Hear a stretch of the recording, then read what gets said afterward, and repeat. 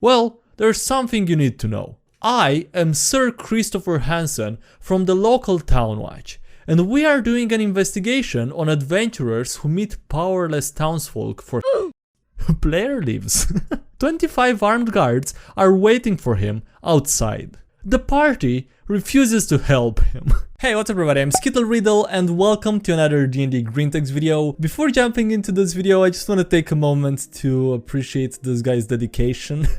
Also, I just realized while reading that his name is Catman with a K, which I'm not sure if it started as a D&D joke, but I know it as a D&D reference, the with a K thing. I don't know if you remember it. Anyway, I hope you guys are having a wonderful day. Also, don't forget to smash like on the video and subscribe if you're enjoying the content. That would be wonderful and thank you if you did that. And yeah, I hope you enjoyed the video. Material requirements suck. Yeah, I can totally agree with that.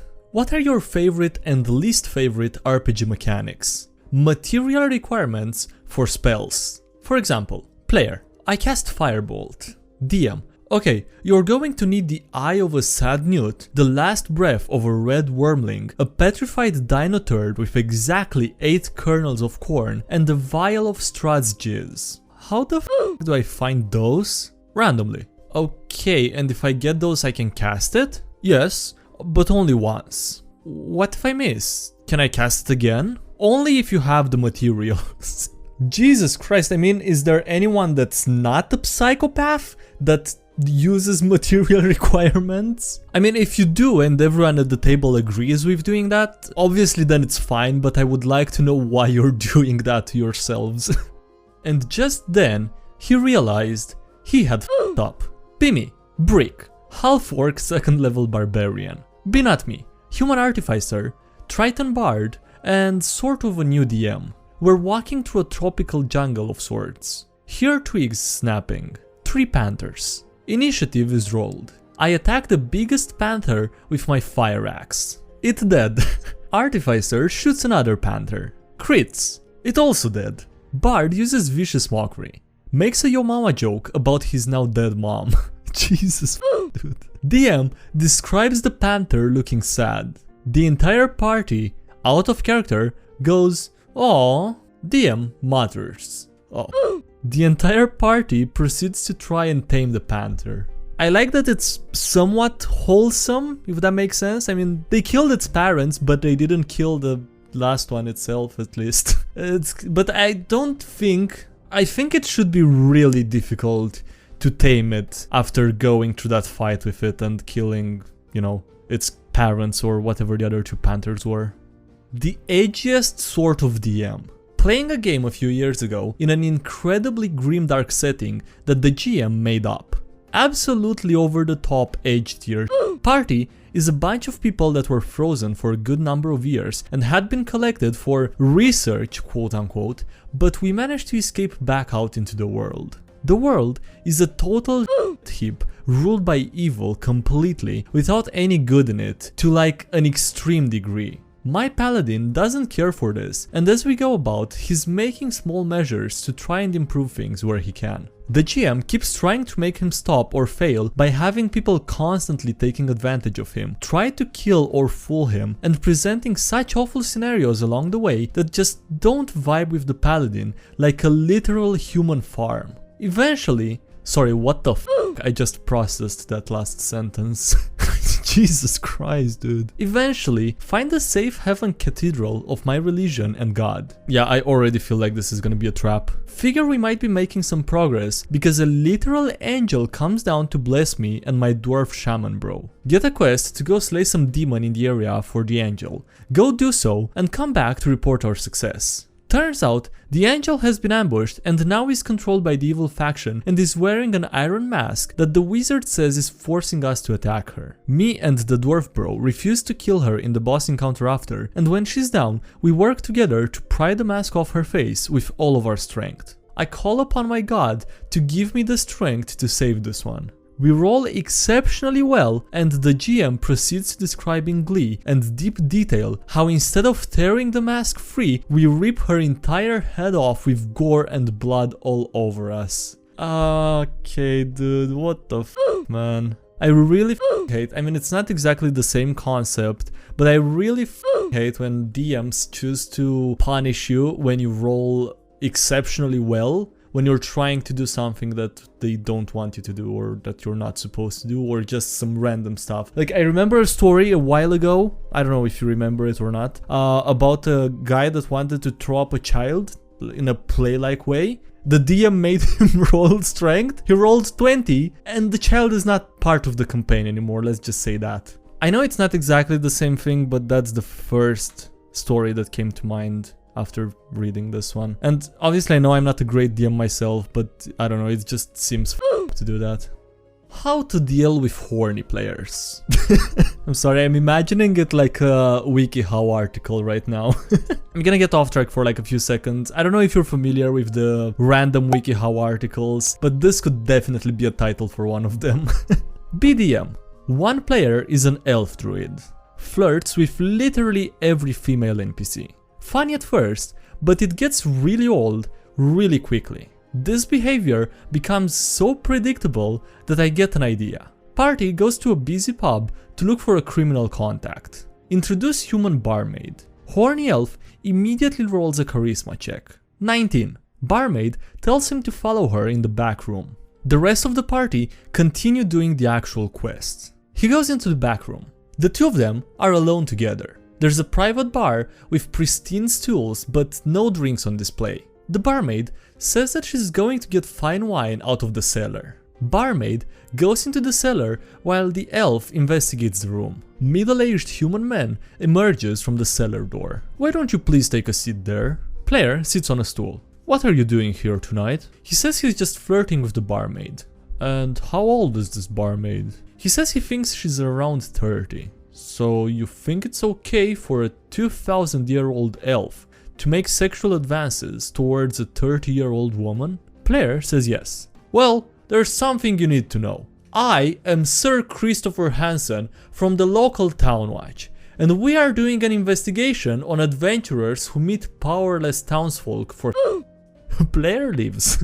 25 armed guards are waiting for him outside. The party refuses to help him. Okay, if you're a DM, let me know if you actually apply this method. If you have any problem players like this, what happens? I'm curious if it actually works for you. Because I know I've read comments before of people that go through these videos and watch them or listen to them to get inspiration for their campaigns.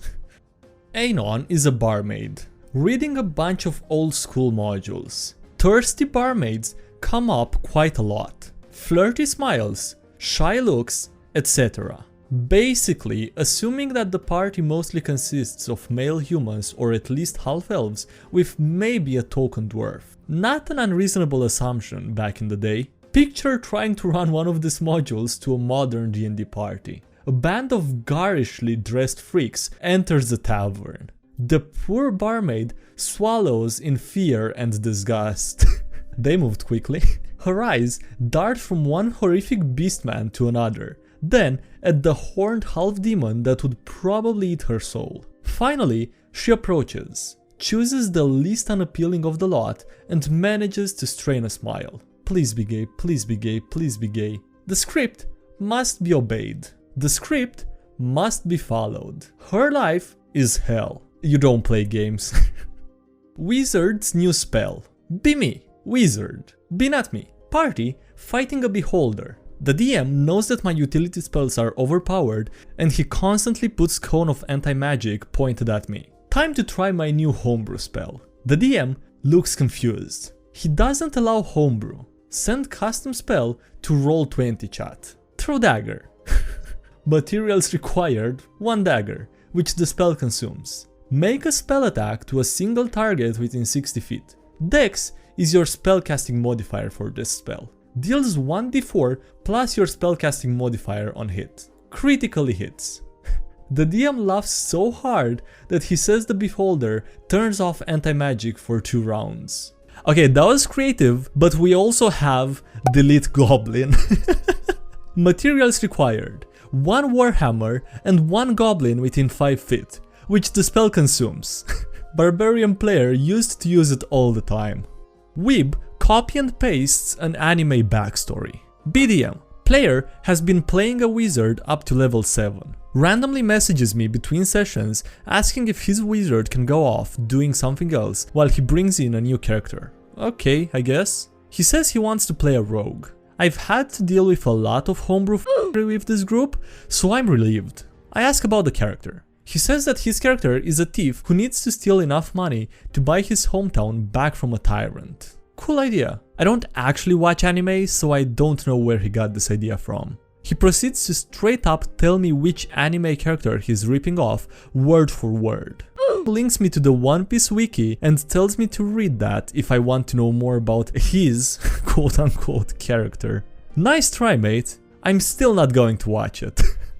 Aenon wonders what constitutes a dragon. The local Dragon Slayers guild is getting real sick of peasants identifying every random serpent and wyvern as a quote-unquote dragon, thereby wasting the guild's time and taxpayers' money. But wyvern is a type of dragon, sweaty.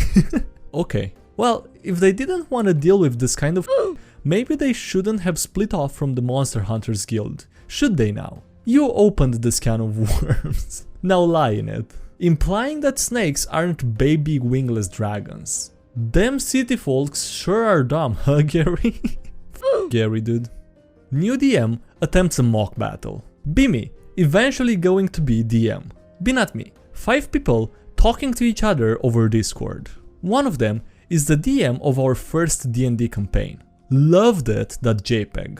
Decide to plan a campaign. Homebrew modern day aerial campaign set in America with magic and tech. I talk about it in passing to others. They support it, and most of them have character ideas before a week has passed. Thanks guys.jpg. Start working on the mechanics of the campaign. F*** it.mp3. I let everyone have a feat from the get-go, including Homebrew. I f***ed up.jpg. Already seeing why some DMs don't like Homebrew feats. Well, f*** it, we're doing this now. Decide to run a mock battle. I'm still new to Roll20 DMing, so may as well get some experience. Everyone brings their characters. I throw planes at them, and we have a fun time. One character in particular, the old DM, hasn't really done much in the battle, staying hidden and making feather dagger things, which is a racial thing. 2 of the 3 planes I threw at them are down. One of the characters is at -1 health, rolling death saves. Still, it's looking good for the characters. The health is balanced for how quickly I threw them together. My face when, turn 4, the old DM's character deals 300 damage. At level 3. He destroys the plane so hard that the missiles detonate, almost killing an already down character, but he rolled good on the dex save, so he's alright. My face when he was plotting this the whole damn time. Still, it was a fun battle though, and everyone liked it. I can't wait for session 0. Well, I'm glad that in the end people are having a good time, because that's pretty much all that matters. Alright, that's gonna be it for this video, so if you guys enjoyed it, please consider leaving a like and subscribing to the channel for more. Also, thank you to everyone supporting the channel on Patreon, I really appreciate it, so thank you for the support given there. Links below if you wanna check that out, as well as the Discord server, subreddit, and social media. And yeah, that's it. Thanks again for watching, and I'll see you next time. Have a great day, bye!